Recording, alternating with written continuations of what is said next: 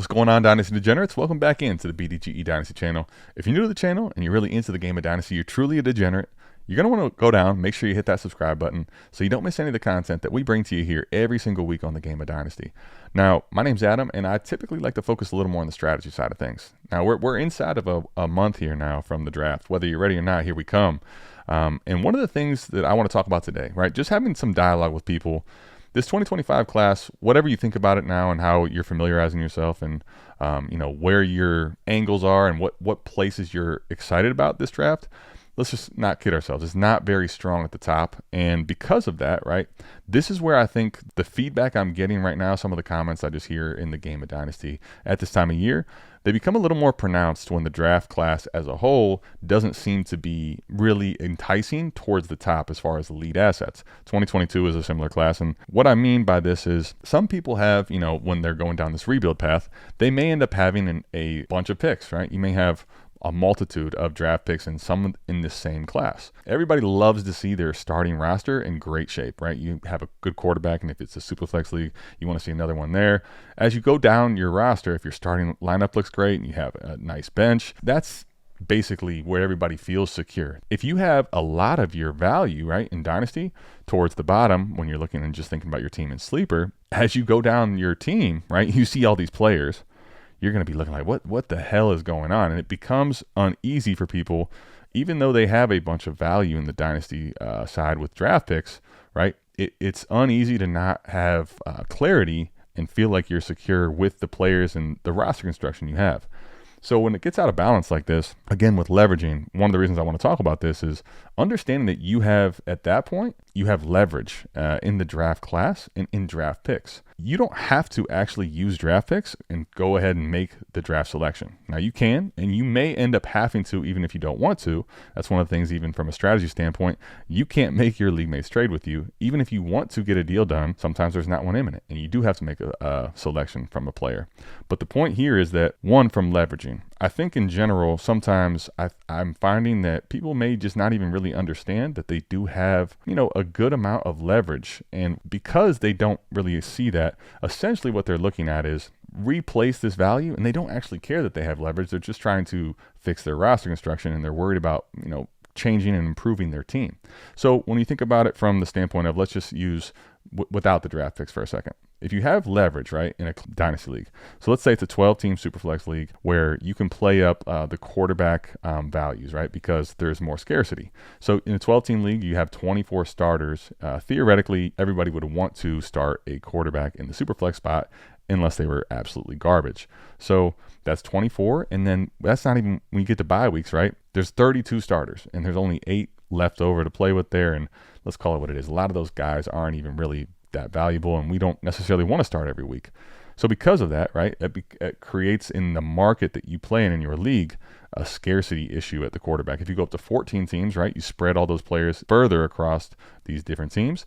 Now the scarcity for quarterback and just all positions in general becomes higher. Leveraging in a 14-team league obviously can be played up to a more extreme and dramatic degree. For me, right, if I'm looking at my team, one of the things that, and whether it's my team or I'm actually, trying to do a team review, just try to help improve someone's team. While I am looking at roster construction, obviously, throughout the entire time and seeing what they have, one of the things I'm always looking for and thinking about is, where is my leverage? And do I have any leverage? And if I don't, in this league, where can I get leverage? What are some ways that I can actually go ahead and get leverage where I now down the road am going to be able to have this and use this to my advantage, to where the Dynasty value of the players or the individual assets that I have may be one thing, but when you start to package them together and utilize the fact that you have leverage, right? So if you had multiple quarterbacks in a Superflex league, now, while yes, you would like to get them off of your team, and this is where I think the issue can become, right? You want to get these pieces off of your team because they don't actually benefit your roster construction. You can't start them. But if you try to rush that process, you're going to basically give away leverage. You're basically missing out huge as far as the ability to use that to create and manufacture dynasty value for your team in a positive way. Now, with draft picks, I think this is one of the things I want to talk about. And I'm going to go ahead and show you here some extreme leveraging I've done with draft picks in the past classes. And the reason I want to show you from 2023 is there's enough time gone by now to where you can see not just me telling you and having that feeling of this is what took place. I can actually go and show you what took place in these leagues, in 2 different leagues that I was in, where I had 9 of the 2023 first round picks in one league, and I had all 12. I got literally every single first round pick in another league. And the reason I want to do this and talk about it from the extreme version, when you're leveraging, one of the things about draft picks, they're actually the only finite asset in the game of Dynasty, right? So even in leveraging, whether it's quarterback, high-end wide receivers, tight ends, whatever it may be, there is only 12 picks in the first round in your league if it's a 12-team league. There may be some rookies that surprise, but there is no excess pick coming. There's no 13th pick coming into the draft class, right? The 12 picks are the 12 picks. And the more of those 12 you have, basically they have to come to you. People have to come to you in your league if they want to get a piece of the draft class now, right? There's only so many other options. If you have, 50% of the draft picks or 25% of the draft picks even, basically if you have 4 of, the 12, now you're at 33%. You get to that range, you have leverage in the draft class as far as having the majority of the picks. And one of the things that's, again, often missed. Let's say in that scenario, right, you have the 103, you have the 104, you have the 107, and the 109. Each one of those picks is going to have players that people, if they were going to be trading for a pick, a specific pick, they're going to be looking at players in that range, and they're going to have their own ideas and thoughts on the value of those things. But if you take the 103, the 104, and those 2 other first round picks, and you package them together, right, if you send 4 first, this class isn't the best example because it isn't, super enticing on the high end. But if you sent those 4 picks in an offer right now in a Dynasty trade, because they're all put together, that's going to entice a ton of managers, almost no matter who you're asking for, because it's not just the 103 and it's 103 value. It's the 103 packaged together with the 104 and so on and so forth. And the more you can do that, you basically have the ability to right now use that value that you've created and mold it together to basically create an opportunity, at least for yourself, to see if you have the ability to basically trade into a better contending position.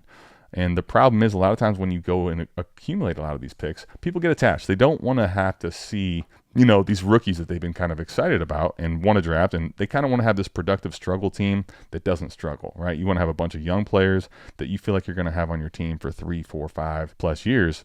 And they're going to be really exciting. And you don't necessarily want to trade it for, like Saquon Barkley was a trade that I talked about last week. You may not want to trade that for Saquon Barkley because you feel that he only has 1 year left. And I definitely get that. But what I want to talk with you here through this with is, one, some of the best teams that I've had in the game of Dynasty, like not even an argument, my best value team is a team that I literally had no players of any consequence as far as the value goes on that. And I basically stripped it all the way down to draft picks just so that I could play up the leveraging side of things, right, in having all of the draft picks. But also I wanted to show people and myself, honestly, at the point that you basically don't have to have any secure players on your team to, be out of a rebuild in a year or 2. Like, you can basically flip it that quickly if you control the dynamics that leveraging allows you to do. So when you have a bunch of leverage in draft picks, right, for example, if you're betting on these 25 picks are already spoken for, but let's say we're talking about 2026. Some of the people that may trade their 2026 and 2027 picks, they're strong contenders. There's no way their team's going to screw up. That's what they think. And they've traded their picks accordingly.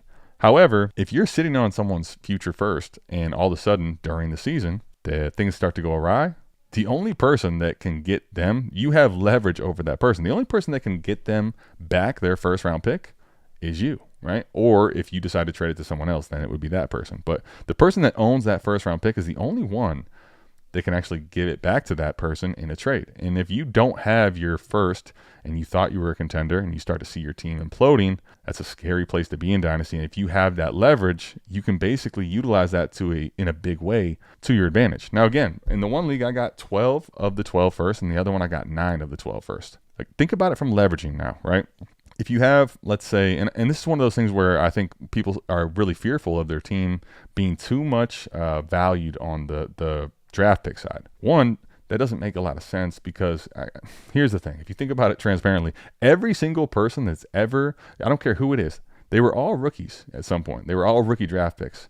So again, this 25 class is going to become no longer the draft pick value. They're going to become players here pretty shortly. Just because it says draft pick right now or, going into next year doesn't mean that that's exactly how you should be viewing the asset in and of itself. And when you have more draft picks, right? So let's say you have you have your own, right? So you only have one.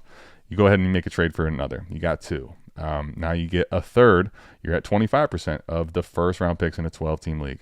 You get a fourth. You're at 33%. You get up to 6. You're at half. Now, obviously, it's not typically going to work that way. It's very hard to typically capture that type of a thing. And the reason why, one of the unseen things about that is I get questions sometimes like, man, I already have 6 first. I already have 4 first. Is it really worth going ahead and getting more first? I don't want to have to make all these picks and kind of, inherently I'm going to draft some bust. Yes, you could think about it from that standpoint. And that is true. However, think about it from the other lens, right? Think about it from the leveraging standpoint. If you have 4 first, right? 1 of your own and 3 others, you're basically looking at, as far as truly your chances to get early draft picks, you're betting against those teams, right? And if one of those teams fails, that's going to benefit you. And if they end up having great seasons, like, you don't care because it's still a first round pick, but obviously that's going to be a later first round pick. But now all of a sudden, if you have half, think about it, if you have half, everything has to break right for everybody in the league. If you have half of the first round picks, that you have those players. So every player in the league that has given the first to you, they all have to have the perfect scenario for every one of those teams to make the playoffs. And even then, because they can't all be 112, you now have the 107 through the 112 in the best case scenario. But the more first you have, again, more shots at getting some early picks. And odds are, if you have half, right? So if you have 5 other teams in the 12-team league and yourself, 1 or 2 of those 5 teams is probably going to screw up, or they're just going to have some really bad, unlucky things happen. And you have a first-round pick now, that person is probably going to want back. And even if they don't want it back, you can't use it in that leverage. All of a sudden, that was a late first that you probably traded for, and now it has mid or early upside, and you may be able to trade that to someone else that really desires the first round picks coming up in that class. In leveraging, again, if you get to the reason it's so tough, if you get to like 9, right? So you now have 3/4 of the league that is convinced that they're going to contend right now, right? And if you just think about it mathematically, it's impossible. Now, they may all be actually pretty good teams, and the value may be stacked for them all to be solid, but they can't all make the playoffs. And some of them are going to basically not be able to be as good as they think they're going to be. It's impossible. Even if they all have really good players and roster construction, they all can't make the playoffs, right? So you're basically pushing the market one way, right? And I'm always in Dynasty looking to be different, right? I want to have a build where I can try to say, where's my leverage? Why am I different than the rest? And inherently, every single time in there's going to be something that you can use to your advantage, unless where you're different is you're just getting fleeced. So again, thinking about this leverage thing now, if you get 12, right? If you have all the picks, I don't care how everyone finishes. They're all going to fall into place wherever they may. Like, one person may have more unlucky favor than someone else, and they may come to you and decide to trade with you in a different manner for their 102 versus their 106 or 111, whatever they thought it was going to be. But the point here now is, right, with this leverage that you now have the position of people that don't have their future. You have their future, and they don't have their present because they're not actually contending, right? So they're not in the playoff mix. And the reason that leveraging draft picks can be so beneficial and dangerous in trading and like the psychology aspect of the game, if you don't have your future and you don't have your like, people eventually in that scenario, they badly want to get their draft picks back. And if they don't come offering you something great, what are you pressed to move the draft pick for? That's the leverage that you can actually utilize. There's so many other different ways you can use it, but the point is, now I want to show you with the Arkham League, right, where I had the 12 of the 12 picks, and my team where it was, and the other one where I had 9. One of the things that I had, because it was both in 2023, and I thought about doing this from the standpoint of just learning for myself and seeing actual results versus just having theories on stuff, right? I've always kind of thought that with when you really leverage classes incredibly strong to an extreme version here, one of the things that's going to happen is you just look at the class and it can be great, right? It can have a ton of value in it, but in 12 first round picks, there's probably going to inherently be close to half that end up flaming out, right? They may carry some value in their first and second year, but overall they're going to be some flame outs. And yeah, even classes that don't look super enticing as far as value, they're going to have some hits. So you're going to probably break even, so to speak, if you were to draft and make all these selections. But one of the things there is, again, from the production standpoint, typically, last year we got a little spoiled, but typically you're not going to see a ton of producers year in and year out as rookies. So you kind of don't have the production standpoint, and then you're also going to be dealing with a lot of bust in your rookie class that you draft. So with this, I was like, all right, I'm basically in a position where because of the dynamics, I can try to utilize these picks and trade them back to the people that are missing them, right? And they want to get their future back from me. I'm going to give them back their future, and I'm going to try to basically leverage that in a strong way to get some of the contending pieces off of their team because they need to go into a rebuild, or I got to try to convince them to get into a rebuild because I have all of the rebuilding market, right? I basically had a monopoly on the rebuild side. So by doing this and making these trades, I was going to see, can I basically push this team while it may not be as young and kind of having this value insulation and also having this standpoint of like feeling like you're going to have this juggernaut for 5 or 7 years, can I basically pivot out of some of these players into more secure assets? Obviously, not everyone's secure, and you'll see with a lot of the trades I go through, I may screw up some of these. But the point was trying to get out of some of the value into more stable assets versus also just going ahead and continuing to play up this productive struggle, so to speak, where you're just continuing to stockpile and kind of cornerstone build around these young players. So I want to show you how different this has gone down in these two different leagues, right? And again, as I'm pulling up these teams, the whole idea here is kind of if you have a lot of draft pick value and you're kind of feeling uneasy about it, what you're going to do with it and kind of thinking future a little bit more so with your team and how it's going to pan out. This is not going to be a one size fits all, obviously. This is going to be wildly variable and differing because of your league and how you play it up and which players you draft, so on and so forth. But the idea here is pretty clear to me. And yeah, so the shit league is a start 13 league, right? So it's very deep, and then it's best ball as well. High end scores are obviously really important in best ball or lineup. That doesn't change, but depth is very important when you get into best ball. But start 13, just in general, I don't care if it's lineup or best ball. That's a lot of starters, so it's important to have some depth. But take a look at this team here. So I got Josh Allen, Bijan Robinson, Jahmyr Gibbs, Jamar Chase, Justin Jefferson, A.J. Brown, Noah Fant at tight end, my weak spot, my number one love, Noah Fant, Devon Achane, Breece Hall, James Cook, Devontae Smith, Tyreek Hill, Anthony Richardson at the Superflex spot. This is my team currently right now. Mason Rudolph, we got DTR, which needs to probably go.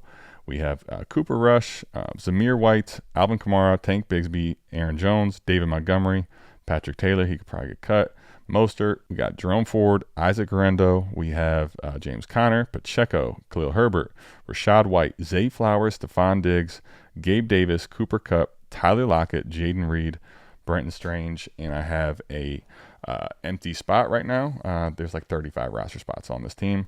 I basically, as you can see now, have kind of gotten rid of the cupboard, right? I got rid of all the picks. So I'm down to my fifth in this class. I have the 5'11". Yes, I did not win. I actually lost in the championship game. Insane with this team that I lost in the championship, but I did. I basically won the league by almost 1,000 points in the regular season, but ended up losing the championship. I've also, as you can see, got rid of my 26 first in my second and third, and I've gotten rid of my 27 first as well. And with this team and the depth that I have, I'm all in, right? Now, this wasn't what you're seeing right now always. And again, kind of using the 23 time frame to kind of think a little bit more right now for 2025. If you do that, just think about this was my team going into that 2023 draft. So I had Kenny Pickett, Rashad White, Josh Kelly, Drake London. So this is right after the 2022 season. This is what I had on my team. Drake London, I had Kadarius Toney, George Pickens, Albert Okwuegbunam. I had Juwan Johnson, Garrett Wilson, O.J. Howard, Ian Thomas, Jerome Ford. I had James Prochet, Trey Lance, a lot of junk here on the bench. I don't need to read you all these. I have Rico Dowdle, Malik Willis, Bateman. And then as you can see, right, I had all of these first round picks. So I have 9 firsts in 2023. I also basically have all those seconds and thirds. I basically continue to just take all the draft pick value that I could. And I also, the big thing was I got as many as I could. I think I got 6, and I kind of right here, 6 first in 2024, as well as some seconds in 24. So basically that gave me further out leverage from some of these players and managers that I was competing against that inevitably were going to screw their team up just because of the numbers game. So if I had that leverage over them, right, and they wanted to come rebuild, we're going to probably be looking at a pretty big deal to get them the pick right now, and then a pick as well in the future, so that they can feel like they have their future back. So with doing this, right, I want to show you how the 2 different leagues went down. Okay, so Arkham Asylum, this is my team currently as it stands. I have CJ Stroud, I have Bijan, Rashad White, Amon-Ra St. Brown, Puka Nacua, JSN, Kyle Pitts, Zay Flowers, Roma Dunze, Josh Downs, Adonai Mitchell, I have A. Rich, Deshaun Watson, Brandon Allen, Will Levis, Hendon Hooker, Charbonnet. I got Kendre, Jonathan Brooks, Tajay Spears, Will Shipley, Algier, and we kind of, continue to get thin here. Hyatt, Palmer, Bateman, Deontay Johnson, Elijah Moore, Cole Kmet, Musgrave, Theo Johnson. I also have Noah Gray. So one of the things you'll see here, I have the 105, the 205, all my picks in this class, and all my futures in as well. Now, if you look at this team, if you don't play best ball, right, that the depth of this team is definitely lacking. That's definitely what's keeping this team from being where it needs to be. But also the high-end punching power, it's solid, right? Relative to the other team, it's not even close. That's kind of an unfair comparison. But like this is a good team, right? It's a good team. And you can start to see the receivers starting to really gel out with JSN's ascension, Puka, Amon-Ra, Zay Flowers, Roma Dunze, hopefully, in that leap that we're looking for in Chicago. Right, Josh Downs, Adonai Mitchell. There's some young ascending talent here. And this team is, I don't want to say it's bad by any stretch, but this team and that other team are extremely different as far as their value goes. And one's, again, not a fair comparison, but the truth is there was a process in how we got here. They were in similar positions as far as value when you look at going into that 2023 season. So let me go ahead and show you that. All right, so again, basically, this is at the end of the 2022 season, showing you what the roster looked like. Deshaun Watson, Tyler Algier, Jeff Wilson, Jahan Dotson, Elijah Moore, Cam Sims. Yuck, we got some gross people here. Rashad White, Andy Dalton, Hunter Bryant. I got David Bell. This is gross. But I have Pitts, Bateman, and that's really it, right? So this team was actually in a little bit worse spot. Not by leaps and bounds. All the value for both of these teams was primarily in the draft picks, but this team is a little bit worse off from the player standpoint. But I have all these futures to play with, and really there's not a lot of difference if you were to look at just, a chart that said which team has their dynasty value, one versus the other, right? So when I go into the 2023 season, this is where I will say I did make some trades in both of these leagues that were moving some of the picks that I had in that class for players, but I didn't push the envelope in Arkham Asylum, and it was primarily not a lot of trades that took place, right? So I'll show you what the trades were in the league history, so you can see, and then also I'll show you the process then and what it looks like if you don't want to just kind of be stagnant and just see what really comes to fruition for these player values that you draft the picks. My first trade happens on April 12th with Melo Nello, and Melo sends me, so here I'm looking because I have to fill out my roster. I feel like I need to fill out my roster, not just with the class that I have here with 2023. So I traded for Trevor Lawrence, and at the time I sent away 2 of my 2023 firsts from McNutted and D-Rec, as well as Gabe Davis in a second. So obviously, knowing what we know now, Trevor Lawrence was not worth the price of acquisition. That was basically, his market was close to 3 firsts at the time. And that was not a trade that you would want to make. You wouldn't want to make that trade I just sent there. I'm going to go ahead and show up the draft results here, and we can see what number the picks were.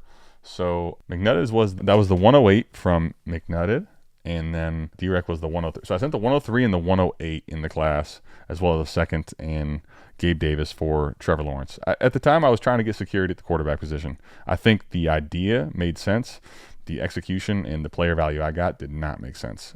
So I end up, as you can see now, right, with the draft picks the way they would go down. All right, so at 101, I get A-Rich. Then I get to take Bijan, pass it over to Melo. He takes Bryce Young here, so leaving me CJ Stroud. Very nice. Then it's Jahmyr Gibbs for me, JSN, and then Quentin Johnson. Then followed up by Jordan Addison that Melo takes again. I get Charbonnet. I get Jalen Hyatt, Zay Flowers, Josh Downs, Hendon Hooker, and then I get, obviously, as well, Will Levis. Michael Mayer comes off the board. That was someone else's pick. I take Tanks Bigsby, Cedric Tillman, so on and so forth. You can see all the picks here. I get Devon Achane in the second round. So plenty of hits, plenty of misses.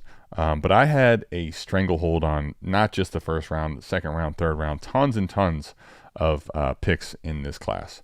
So as you can see there, we know what we know about these players, right? Going into the 2025 season, it may not seem like a ton of time, but the truth is we have a pretty good concrete piece of information about a lot of them, right? We have a decent body of work to feel like we can judge these players and values. Thinking about where this team is and what that draft class was, right? Obviously, Bryce Young, Jordan Addison versus T-Law is not even close. If T-Law would have ascended into the elite tier, I think that trade could have made sense on paper, but it didn't work out that way. But I'm going to go ahead and give you the other trades, not that many, but the other trades that I did make in this 2023 season, right? So that was in April. Then after the draft, basically nothing happens, right? I'm just sitting on these rookies, these 2023 kids, and ready for them to go ahead and, become more staples for my team. Don't make a trade until September 20th, and this is where these two trades are actually kind of crazy, back and forth. I trade at the time, I was doing a podcast with my guy Mike, and this was week 2, right? So week 2 had just finished. I traded Quentin Johnson away for Puka Nacua. I was basically like, listen, it wasn't that I actually didn't believe in Quentin Johnson at the time because we didn't have enough time yet, right? But I was a little more bullish on Puka at the point of having the crazy high targets, and I felt like that was more earned than fluky. So made that trade, and that was great. But also in the same sentence, I made a trade with him as well 10 days later, where Gibbs was going through the Dan Campbell experience, and this was RIP. I sent him away for a 24 first and second because I was worried that he wasn't going to ever get the lion's share, so to speak. Obviously, I would take that one back in a heartbeat. When you cancel those both out, I still probably win, but that's a tough looking trade to get rid of Gibbs for that. So that was it, though. Those are the two trades that I made throughout the season. Basically, I was ready to see these guys kind of ascend and become, playmakers and producers for my team towards the second half of the season. I missed the playoffs in 2023, and then this year obviously did the same. So I could show you some of those, but what I want to do here is kind of give you the blueprint and the idea of what I did in the other league and why I believe being a little bit proactive and trying to, if you have a ton of value on the draft class, or if you're afraid of actually leveraging that much of a draft class, don't be. You just need to kind of have a little bit of a thought out process and some foresight on trying to move these picks when they're closer to, high value, when the draft cycle is right around here, right? A month from the draft, when some of these players get a bunch of buzz. And it's not that you will guaranteed pick the right ones or the wrong ones, right? You may end up like me. I traded away Gibbs light, right? I didn't get to have Jordan Addison or Bryce Young on my team because I traded him away for Trevor Lawrence. But that was, those are bad there. But in the other league here, I'm going to have similar type of things. But what I'm doing overall in the process is basically avoiding some of the landmines. And let me go ahead and show you what those trades look like. We're talking February here for these first series of rejected and completed trades. But January 20th, I got an offer, which I took, a minimal trade and one I would not make again. I took Daniel Bellinger and I sent away Juwan Johnson and a fourth, RIP on that trade. Then I got a offer in of basically at the time Javonte Williams was coming off the injury and people still thought pretty highly of him. I had him on my team. Somebody was actually sniffing around for my Javonte, and he sent me Michael Carter in a first. At the time, I didn't really care much about Michael Carter. I just thought that he was a probably below replacement level player at the running back position, but again, you have to have a bunch in best ball. Go ahead and give me the first and that player in a process trade. That one worked out. So then let's get to closer to the draft cycle, right? Now this is where we have our draft. And when I'm on the clock, right? I haven't made any other trades and I wanted to, but again, I'm trying to make sure I'm leveraging the draft picks that I have. And unfortunately, I wasn't able to really leverage them ahead of the draft that we had. So got to make the picks. What's crazy though is because I have so many of the draft selections, you'll see this trade come into me. This was the first trade I made and this was on the clock and basically kind of crazy because I was making my picks pretty fast, but I had so many back-to-back picks and I basically controlled, 70-80% of the draft that No Games, who was a strong contender at the time, he was sick of seeing me draft people over and over and over. And I got this offer into my team here on the clock. And listen, I had to read this like 3 or 4 times just to make sure I wasn't looking at it crazy. And, I'm actually getting fleeced. The Nick Chubb injury obviously derails the idea of what this trade could have been, but I got sent Aaron Jones and Nick Chubb for 3 thirds, which were basically right back to back in the early part of the draft. Actually, 4 thirds and a fourth. And listen, there was like Sean Tucker was on the board. There were some players that, had some buzz at the time, but this was just one of those moments of, because I had leverage, this trade has no chance of coming into you if you don't have like multitudes of picks in a row and you don't have players eventually kind of feeling like this was an emotional trade. I can almost guarantee you. I'm not sure if he even remembers it, but it was kind of crazy. Now that trade, I'd honestly probably just even get an Aaron Jones for that is reasonable.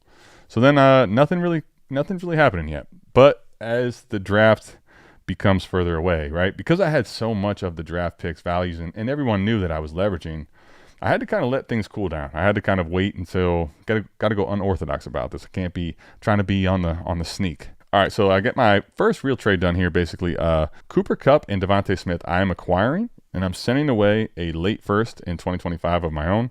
I'm sending away what became a late second of Mike's in 2025, and I'm sending away mulling them over. So Kevin's 24 second and Dynasty BA's 24 first, which I believe that was mid. So I sent away a mid first, a late first, and that's in future years, right? 24 mid first, 25 late first, as well as a couple seconds that were later too for Devontae Smith and Cooper Kupp. I think that was reasonable, but again, Melo's in a position where he did not have the best team in the league, and he was trying to get off of these players. Trading for Cooper Kupp, like nobody has draft picks to send to him, right? If I'm going to get Cooper Kupp from you, it's going to have to be something that I think is palatable. I might even sent a little bit more than I should have in that scenario, but that was one trade. Then I also had a trade here where I get CeeDee Lamb and Noah Fant, and I send away 224 firsts and Kadarius Toney. I think at the time, like, it felt a little bit rich, but I wanted to make sure that I got the ball rolling on, especially moving some of these future draft picks off of my team if I could. At the time, I was definitely wanting to move some of the 23 rookies, but I probably still wanted to make sure I had a chance to see some of these guys produce and, do well for my teams. Third trade that I have, all basically within a day, I get Tyreek Hill and Kirk Cousins for sending away. Man, this is tough. This is rough on the other end early.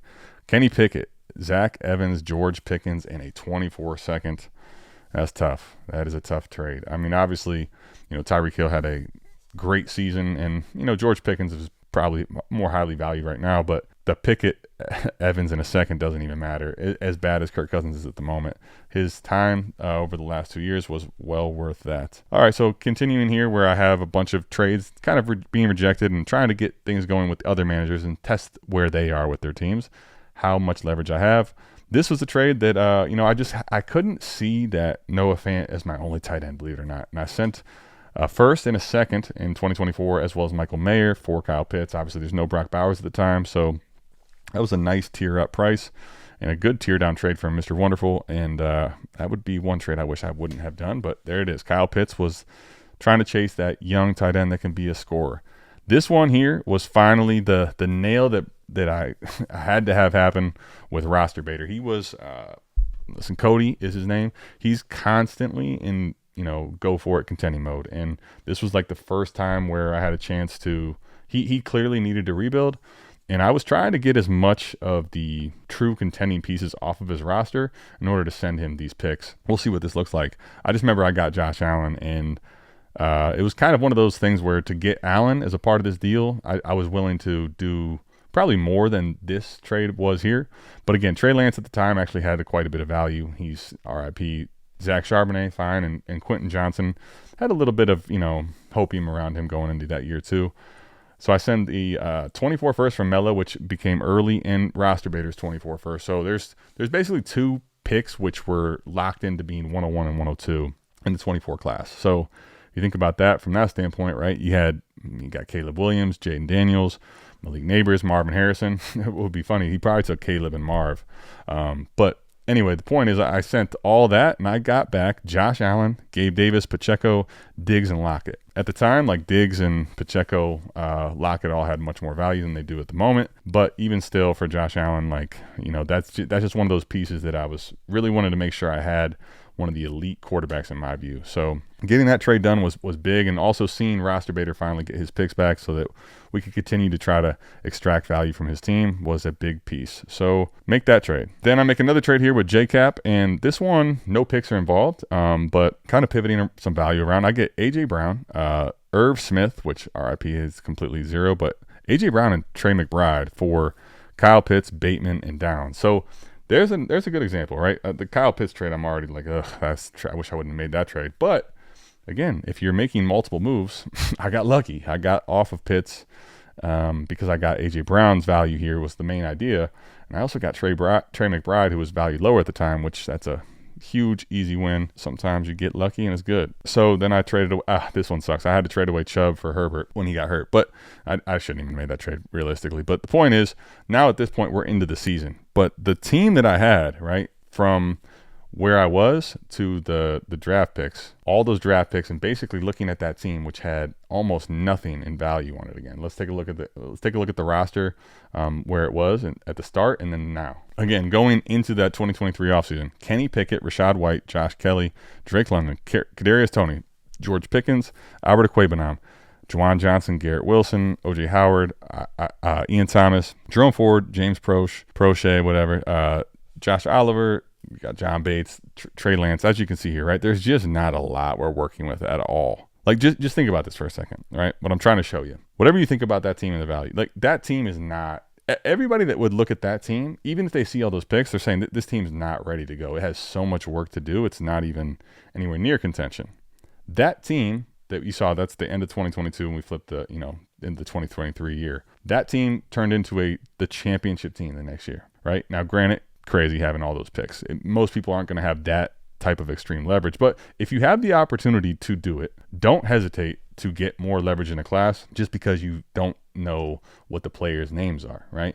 There is a lot of things that you can do that besides just draft the players that can really work out in your favor, and some of the dynamics in the league are really going to shift into your benefit when you have leverage. And one of the things about just getting more picks is that you have leverage over your league mates in the draft class, right?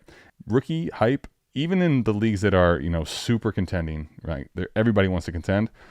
People can't avoid rookie fever. No one is immune to rookie fever. And if you think about just continuing to get more shots at the dartboard for early picks and trying to leverage those, even if it's not to the person that actually it came from, but someone is going to be wanting these players that are going in the 102, 103, 104 range. Plus the fact that by doing this, you're going to be getting value off of your team and also securing yourself probably the 101. It may not be as fun as contending, right? But if you wanted to try to do that for, again, it doesn't have to be a long period of time. I was in the 2021 startup, and in the 2023 season, I won it all. So it can happen fast, and you can tear the value all the way down. You just have to be kind of thought out and figuring out what people in your league are needing to rebuild and being, timely, right? You kind of have to be on other people's time. People, when they want to make trades, it's when they want to make trades, right? So you kind of have to be available for them and make trades to help get those, future picks and young players onto their team. The truth is here, right? With Arkham Asylum, that other league, that's not a bad team. I mean, truth be told, it's probably in the top 3 as far as overall dynasty value, but its roster construction isn't perfect. It's actually not, it's far from perfect. Needs some depth, and it's got some young ascending players and some really good ones, but it just doesn't have, it's just not complete as far as the overall production standpoint, right? Listen, when you look at that team, okay, this team isn't in purgatory, right? It's far from that. It's probably, a few moves away from realistically being, a top 3 or 4 team in the league. But it's definitely not leaps and bounds ahead of some of the teams that are, just barely contending or, kind of pretenders, so to speak. And overall, the main takeaway for me here is that, again, I could have gotten more lucky. I could have had, certain players that had overall better situations. Again, if I'd done this in 2024 right now, we're loving life. So it's all obviously considering the class. But again, I basically let it all play out, and I basically just continued to stay at the blackjack table too long, so to speak, right? The longer you play, the odds are going to be worse in your favor, and eventually you're going to be stuck holding the bag where, yeah, I wouldn't have gotten to see some of these players like JSN all the way to peak value where he's, valued inside the top 10. But I don't necessarily need that to win. And I think sometimes the idea of chasing this really young team that's going to contend for 5+ years, I mean, I get the idea, but it's not really necessary. One, I don't ever really look at my team in those type of windows because it's not realistic. We don't know anything about like what's going to look in 5 years. 5 years from now, there's going to be massive shifts in dynasty value. So I'm just looking at this and I see so much more opportunity to where, yeah, maybe I don't thread the needle quite as well as I did in the shit league, right? Where it's just absolutely ridiculous value. And I was able to play up all the league market dynamics, play up my individual managers, win some of the trades probably in better fashion than I even intended to at the time.